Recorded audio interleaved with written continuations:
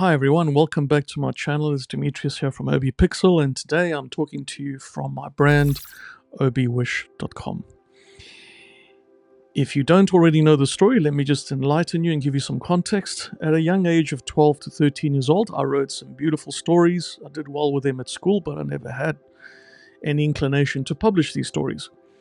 Fast forward 35, 36 years later, when I was almost at the age of 48, I decided in 2020 to finally actually do something with my stories, which I've written and pretty much created roughly over 100 stories.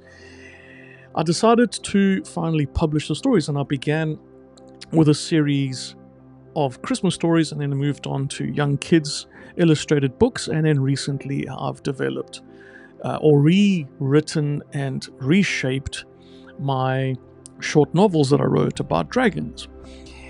And I wanted to just speak to you today about something that's really dear to my heart and always gives me pleasure to talk about. And at the end of the day, I hope this can resonate with anyone out there who's wishing to write stories, illustrate books, work towards their passions. Don't be scared. Do it. I remember one of my favorite teachers at school. I'll never forget her. Her name was Mrs. Donaldson. And she always used to say this to me. I never really quite got it when I was younger, and also as a young kid, as a teenager, I was just always annoyed.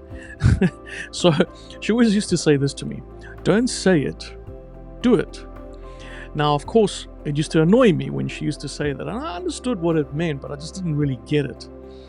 Until finally, roughly 4.5 to 5 years ago, I decided to publish these stories.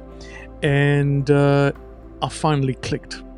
So I wanted to show you a little bit of insight as to what these books are, all of them at the same time, take you through my website, and actually give you some good news, some bad news, but more importantly, even better news coming up. So let me show you what I'm talking about. So I'm going to pop you over into the screen so you can see what I'm talking about. This is the website. Now, initially, when I first wrote some stories, I wrote these stories with the inclination of just storytelling. I used to love the idea of storytelling. And I still do. I love that. And it's one of the predominant reasons why I'm not just a consultant in the field when it comes to information security and digital forensics and so many other types of disciplines, but I'm also an instructor for all of those disciplines. And I think that idea of storytelling really has pushed me and propelled me into becoming a teacher and instructor. Now, when I first was around 12 to 13 and I wrote these books, the first series that I began to write was a Christmas story, all about a little kid called Obi, a protagonist called Obi, which of course the name Obi has spurred me to create everything around this company name, brands, all around the name Obi, because I was very inspired by the name.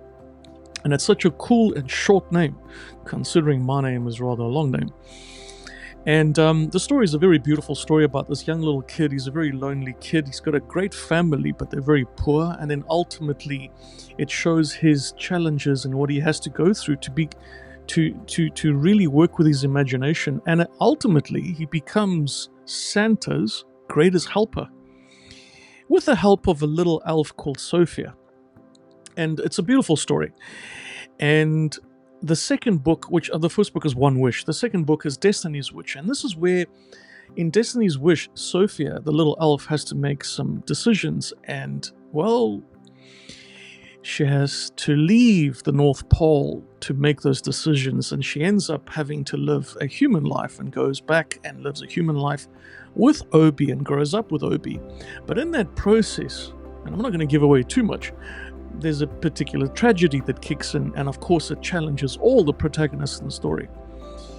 And it really pushes the boundaries with them, but it really shows how the bond is so strong between the two. At the same time, Obi does meet another friend, and that is Mary, and she gets introduced in the story, but she's not a very big protagonist in this one. However, she will become a very important piece in the last book, which is the third book, and that is Remembering Wish. Now, Remembering Wish is a beautiful story. It's my favorite. It culminates the entire series. It brings all the characters together, especially Obi, who's gone through really interesting challenges, and Sophia as well, and more importantly Santa, who's going through his own personal difficulties, and it brings them all together in a beautiful family and a synergy. And these books were designed to be full of good morals, good storyline, all about love, respect, friendship, family, compassion, honor. That's what I believe in writing. I don't believe in writing nonsense in kids' books. I believe in writing stories that make sense for kids. And these stories are beautifully written, of course, but they're also very well illustrated. So I'll take you into each one of these so you can see. So the first book, Obiwish, has this kind of illustration. It's well designed. It's very, very colorful, especially popular with kids with autism. I've noticed that through our orders, I've had a lot of orders through parents that have said to me, please, can we order these books, and do you think they'll work with our kids who have autistic requirements? And I said, absolutely, try it out and see what happens. And those kids loved them. The colors and the depth of the colors and just the type of characters, they just love that. The illustrations are beautiful for young kids. So this is the kind of illustration involved, and this is the first book, Obiwish. The second one is the Destiny's Wish. Okay, also breaks down beautiful colors, beautiful illustration.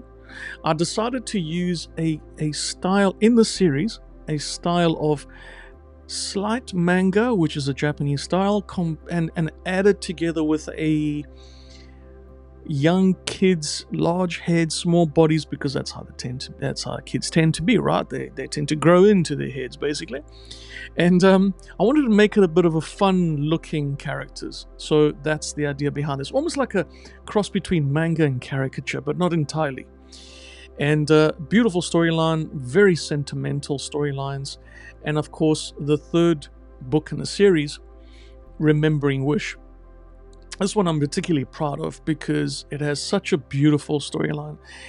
It brings the characters together. It has a dark side, it has a beautiful side, it has a wonderful side. So all my books end really well. Kids love that kind of ending. Now, from these books, they were very successful, but they're very seasonal books. These are specifically designed for parents and kids who celebrate Christmas and love Christmas and want a beautiful story, a set of stories that they want to read together as a family on Christmas Day or even Christmas Eve. And it does exceptionally well during my Christmas period. And I'm very thankful for that, because this series of books started me on the path in becoming an author. I then, in 2022, 2 years later, after it took me almost 2 years to get those 3 books out, decided to start going back into my catalog of stories that I've written, which are well over 100 now. And I decided to start bringing back the stories that essentially got me here.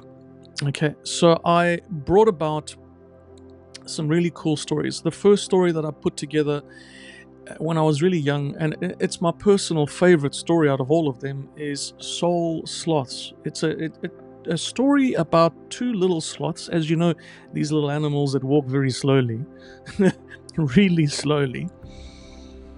Aria and Bongo. Now, Aria, the name Aria represents someone who sings, and she is a wonderful little female sloth, a young lady sloth, and she sings in the night waiting for her soul sloth somewhere in the forest.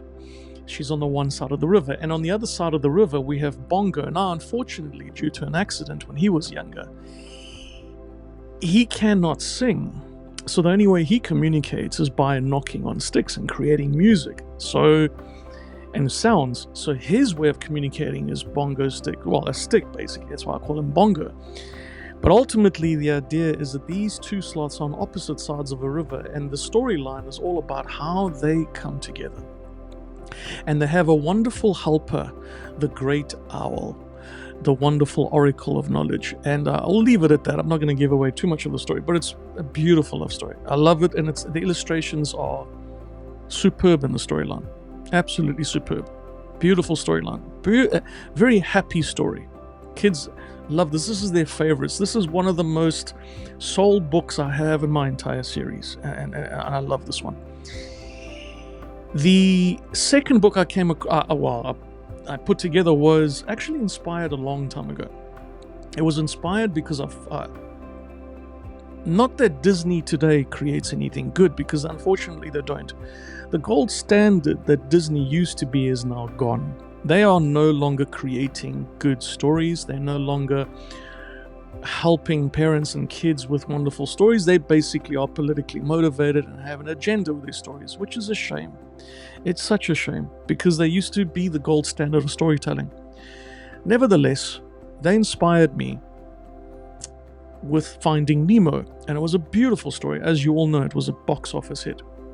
So I decided to build a storyline around an octopus, which I find an incredible creature in the sea.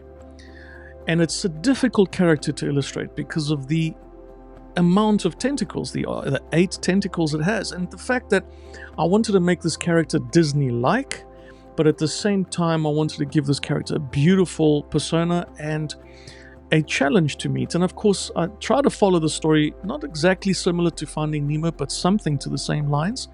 And essentially, Olivia gets taken away for experiments and goes through experimentation by the humans, and her challenge is to find her way back home to her family.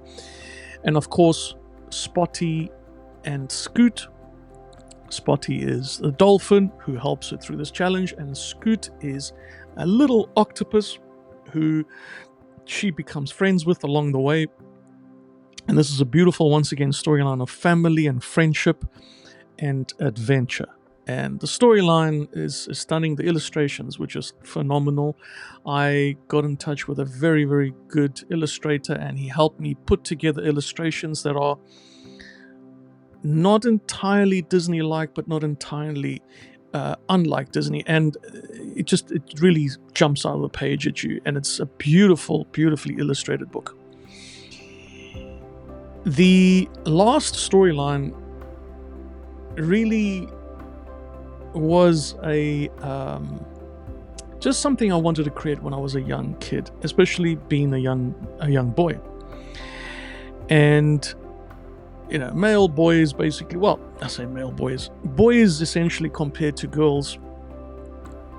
Girls love dolls, and they love color, and they love dresses and hats and makeup and all these wonderful things that make a woman feminine.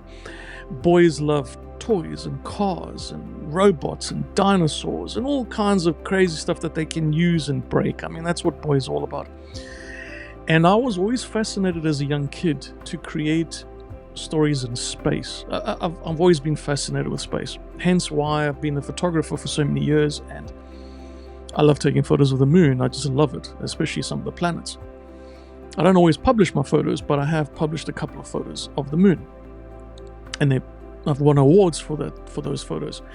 Now, one of the best sort of ways to portray a boy's story, a boy's thinking, is robots and space. So I put them together, and I created, when I was around 15 or 16, I think, I wrote this book. It's called Glitch in Space, because the idea is that this little robot Glitch has a computer glitch, and he finds himself that he's no longer having a master, and he's traveling through space all on his own, and he has no way of knowing where he is and how to get back home. And essentially along the way, he gets to meet Rigget, who's a little robot who just is incredible at building things, and is so fun and so cool, but doesn't understand the repercussions of anything. So he just goes ahead and starts making stuff. And then during that process, when they become friends and they're traveling through space, they meet up with a human, and her name, a little girl's name, is Jin. And they become friends, and Jin, in her memory, has remembrance of how to get back home. So she helps both Glitch and Rigget to go back home, and they're going through challenges in space, and they meet monsters and all kinds of stuff. And it's a beautiful story of friendship, and the illustrations are stunning, especially when it comes to something like space, because this thing hasn't been done before with kids. space and robots, not well designed. And I really, really enjoyed putting this book together. The illustrations were phenomenally put together, and I love the storyline. And it's such a cute little robot. I mean, who wouldn't want to have a little robot like that? So that's these storybooks, and I have at least over 100 more of these stories that I can put together. And all I'm doing now is I'm just reshaping the stories, because I've learned over time to be a better writer. And I'm reshaping them, working on the illustrations, because of course I never had the illustrations, and I'm working very closely with my illustrators. And it takes roughly approximately 3 to 4 months to complete a storybook. It takes a long time. It's not a very simple task, and I've become almost not just a writer, but I've become a director, because I have to direct every single scene with my illustrators like a director would in a movie, and explain to them exactly what I would like in the scene over and over and over again until we confirm a particular scene. Now, each one of these books is roughly 30 to 40 pages, so it's 30 to 40 scenes, and each scene could take about a week and a half to 2 weeks to do, depending on how the scene is. So it's a long process, and it requires a lot of my time. But I love the project. I love the work. I enjoy it. I don't do this to make money. I do this because I enjoy this. I have my own consulting work on information security and digital forensics, and course development, and online teaching and on-site teaching with companies. And that's my career when that's to make money, but and to stay alive, basically. But these things that I do here for Obiwish are my second passion. And it's a passion project that I would love to keep on doing till the day I leave this wonderful world of ours. Now, at the age of 18 and 19, when I just came out of teenage, I had already developed quite a few stories and written a few short novels, roughly around 10 short novels. And once again, never did anything with the stories, but I won a few awards at school for this. Once again, last year, I was compelled, during a little bit of a downtime of my other work, because my work changes through the months, I decided I needed to bring one of my favorite stories I've ever written when it comes to teenage novels. Okay, so these books are not designed for the younger kids between 1 and 7 years old, because there's no illustrations. The illustrations are just the front and the back page. These are short novels, okay, but they're short as in the 120 pages to 140, depending on the novel. And I wanted to bring to life this story of the Dragons of Etheria that I wrote when I was around 18, because when I finished it, I was around 18, and I decided to do this last year because I wanted to bring them out complete as a series this year, 2024, which is, surprisingly, the Year of the Dragon. And I really put my head down, went back, reshaped the stories, didn't have to do too much rewriting, and I launched Dragons of Etheria, the Forgotten Pact, Book 1. That was around September last year, 2023. And this story is all about James and Alicia and Amy, and of course all their dragons. They've got Pyro, they've got Glimmer, their dragons. They've got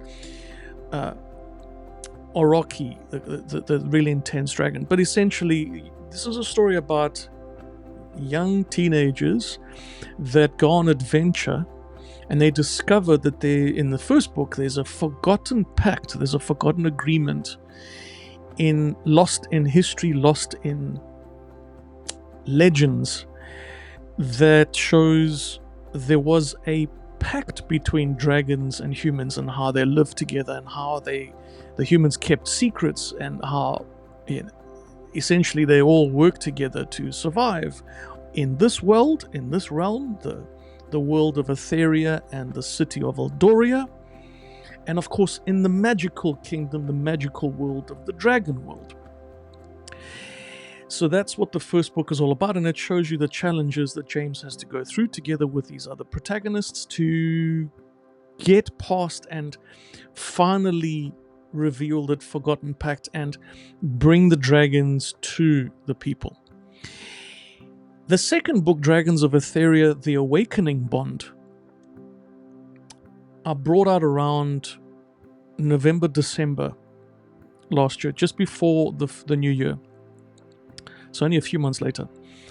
And this storyline really centers the characters. It centers all three main characters, James and the rest of them. But it creates a personal tragedy amongst all three. And it shows the struggles between the three. And of course, we have a love that gets generated between one of the protagonists, James, and one of the girls. And of course, there is a process of another female protagonist who goes through this process and goes through a jealousy situation and so on. So it creates that dramatic twist. It creates this little twist that, of course, teenagers are going to go through. But a beautiful storyline and a really good storyline with regards to love and friendship and what's very important in life. Now, the third book I completed this year around January, February, March. It was March this year, so literally last month. And this is Dragons of Etheria and The Eclipse of Fate. And this storyline is all about where this entire story has been building towards. It's been building towards the final fate that James has to meet. There's no finality, so I'm not going to give you the story behind this. It's not a bad ending, it's a wonderful ending. And it shows the personal struggles that James has to go through to not only bring together his friends, not only bring together his dragons friends, but also get to this final fate that he has to get to, something that's been brewing from the moment he discovered that there was a forgotten pact, from the moment he realized that there's this awakening bond in him that he has to go through and he has to feel. And at the end of the day, also now with this eclipse of fate, the whole idea of where this whole storyline is going and how he becomes essentially the bridge, the ultimate bridge between the dragon world and the human world, and how finally the Dragon Master returns. So it's a beautiful storyline, and I just wanted to create the storyline when I was around 18 because I loved writing these stories when I was a young teenager, and it was just something I wanted to read because I was really bored at school. Everything teachers used to give me, I used to just fly through and read through. English, mathematics, science, none of that stuff really enticed me. I mean, I did well at school, but I was ultimately bored, so I just wrote my own stories so I could read them. That was the reason. So all these books, like I said, are all available on the website, and you can get access to those. However, let me take you through just a little bit of bad news. It's good news and bad news. Yesterday was a tremendous day, and I finally saw some changes in the whole process of selling these books. And let me explain to you what's happened. Well, first of all, I'll tell you the story. We are completely sold out. Every single one of our books is sold out. Every single one. And I have to thank all the parents and all the young teenagers that have actually gone ahead, and of course the young little kids that have enjoyed our books. I want to thank everybody for supporting me in this beautiful project of mine. And it's beautiful to me, and I want to thank all of you, because without your support I wouldn't have got to this stage. Let me explain to you why it's all sold out. Now, under normal circumstances, if someone is going through a publisher,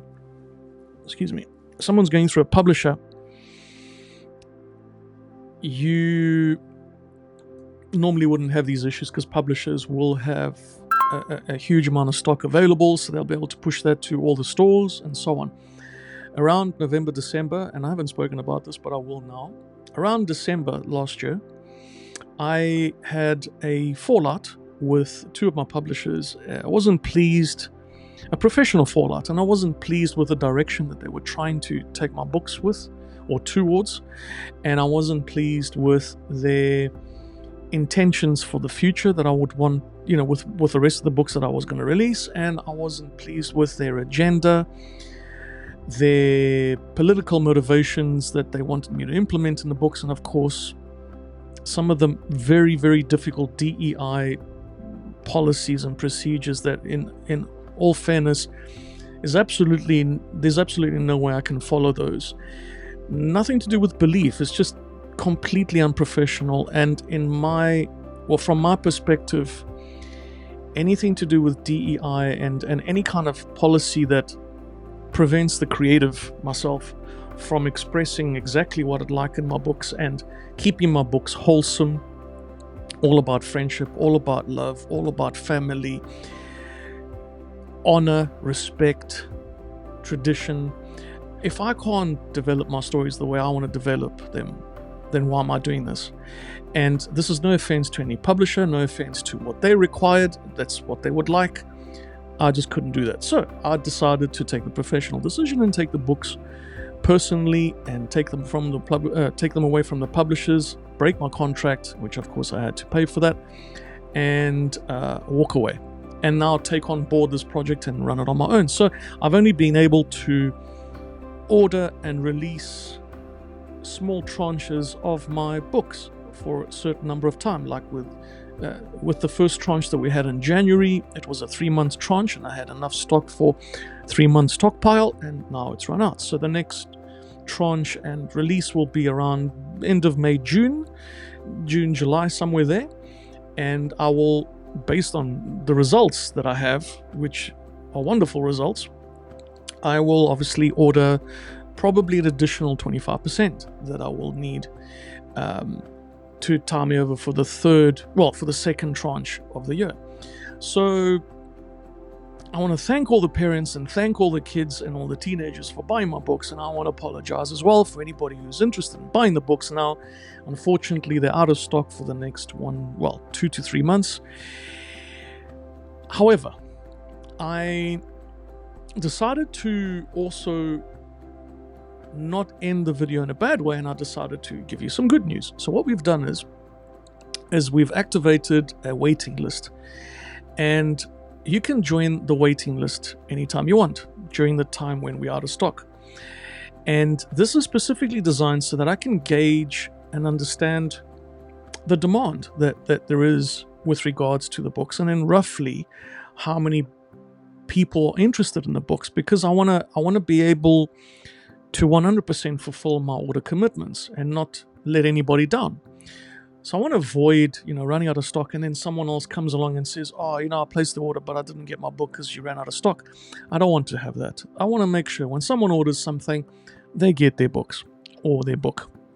So the only way I can do that, and the only way that I can think of, is that I can get a waiting list in place so that I can put people in a queuing system, and then whoever's on that waiting list during that tranche, as soon as the books arrive here, because they're coming in from overseas, as soon as the books arrive, I can immediately release those books out within 5 days, within 7 days at the most, and have them delivered to everybody who's in that waiting list. So yes, it's going to create a queuing system, and of course anyone who's on the waiting list will get priority. On occasion I do have cancellations, so when that happens there will be some additional stock still available during that period for people who just come along and want to buy, and I will allocate a certain amount of books available on the website specifically for that. And in addition, I'll be ordering an almost roughly 25 to 30% additional amount of stock just to take care of any additional orders, just in case. So I don't want to have to go through that running out of orders again. The number of books that I'm going to be ordering is going to be roughly between 1,000 to 2,000 books. I'm not entirely sure yet. The first tranche that we had wasn't that big.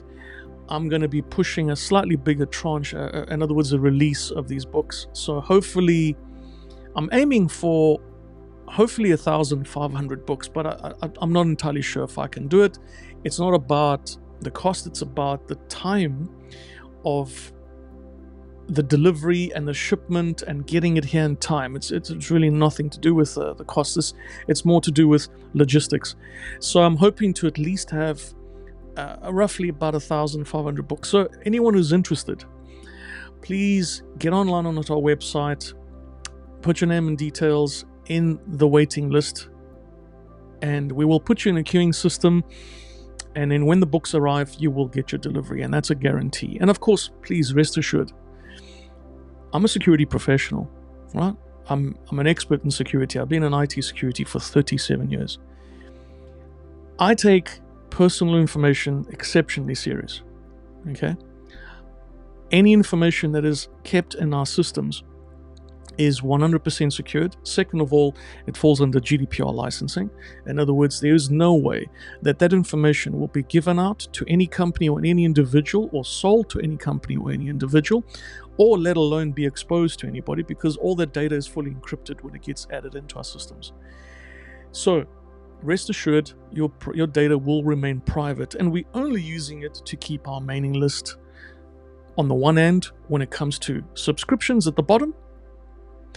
And we also only, in this case, dealing with it so that we can have people join our waiting list so that they can get access to their books. And that's really the only reason.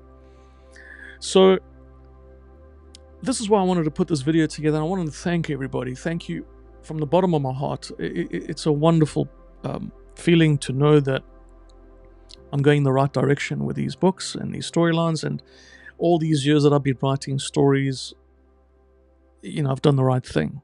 So I just want to say thank you to everyone who supported me.